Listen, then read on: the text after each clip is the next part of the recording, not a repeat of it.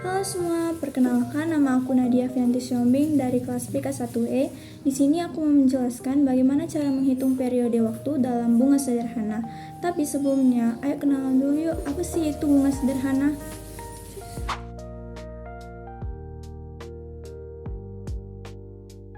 Bunga sederhana adalah bunga yang besarnya dihitung berdasarkan anggapan bahwa pokok uang selalu tetap dari awal periode sampai akhir periode.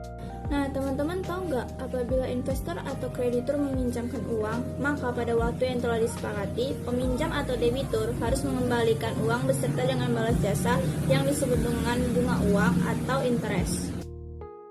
Nah, jumlah uang yang dipinjamkan disebut dengan pokok uang atau principal atau P. Dan jumlah uang yang dikembalikan yaitu pokok uang dan bunga uang disebut dengan nilai akumulasi atau amount accumulated value atau S. Besarnya bunga uang ditentukan sebagai persentase tertentu dari pokok uang yang disebut dengan suku bunga atau rate of interest atau R. Untuk menghitung bunga sederhana, menggunakan notasi-notasi sebagai berikut.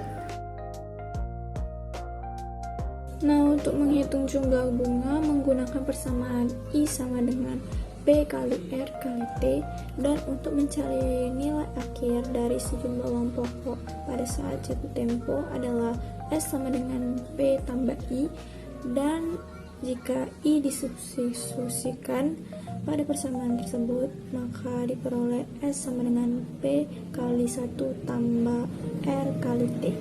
Dan jika persamaan tersebut ditulis kembali dari segi P, maka diperoleh P sama dengan S per 1 tambah R kali T, atau P sama dengan S kali 1 tambah R kali T pangkat minus 1. Nah, kembali ke topik awal, bagaimana cara menghitung periode waktu? Jika jumlah bunga, uang pokok, dan suku bunga diketahui, maka dapat diselesaikan dengan rumus T sama dengan I per P kali R. Namun, jika uang pokok, nilai akhir, dan suku bunga yang diketahui, maka periode waktu dapat diselesaikan dengan menghitung nilai akhir, yaitu S sama dengan P kali 1 tambah R kali T, atau bisa juga dengan rumus nilai sekarang atau uang pokok, yaitu P sama dengan S kali 1 tambah R kali T pangkat minus 1. Dari persamaan tersebut, S sama dengan P kali 1 tambah R kali T, maka diperoleh 1 tambah R kali T sama dengan S per P, atau R kali T sama dengan S per P kurang 1. Dengan demikian, T sama dengan S per P kurang 1 per R, atau T sama dengan 1 per R kali S per P kurang 1. Dari persamaan P sama dengan S kali 1 tambah R kali T pangkat minus 1, diperolehlah 1 tambah R kali T pangkat minus 1 sama dengan P per S, atau 1 tambah R kali T sama dengan S per P, atau R kali T sama dengan S per P kurang 1. Dengan demikian, mencari periode waktu yang diketahuinya nilai akhir atau S, T sama dengan S per P kurang 1 per R, atau T sama dengan 1 per R kali S per P kurang. Nah, soal yang pertama yaitu seorang investor menanamkan modal sebesar 5 juta di sebuah bank dengan suku bunga 6% per tahun. Setelah beberapa waktu, investor tersebut mendapatkan bunga sebesar 900.000. Berapa lama uang tersebut diinvestasikan? Nah, yang diketahui di sini yaitu P atau uang pokok atau modalnya, yaitu 5 juta. Dan R yaitu suku bunga 6% atau sama dengan 0,06, dan I yaitu jumlah bunga sebesar 900.000. Nah, cara menjawabnya yaitu dengan menggunakan rumus T sama dengan I per P kali R.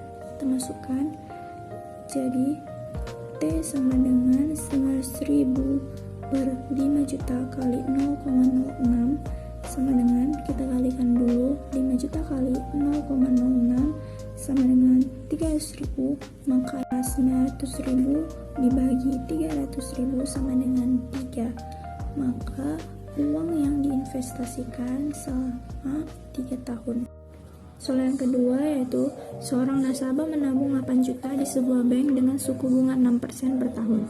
Setelah beberapa tahun, nilai akhir tabungannya menjadi 8.720.000. Berapa lama uang tersebut disimpan di bank dalam hitungan bulan? Nah, yang diketahui di sini yaitu P-nya 8 juta, S 8.720.000, R 6% atau sama dengan 0,06.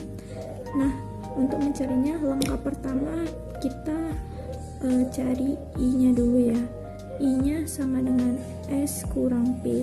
Ini berasal dari rumus S sama dengan P tambah I. Maka kita cari I dengan membaliknya, yaitu S kurang P. Nah, 8.720.000 kurang 8 juta yaitu 720.000. Nah, yang langkah kedua kita masuk ke rumus yang tadi, mencari periode waktunya. T sama dengan I per P kali R.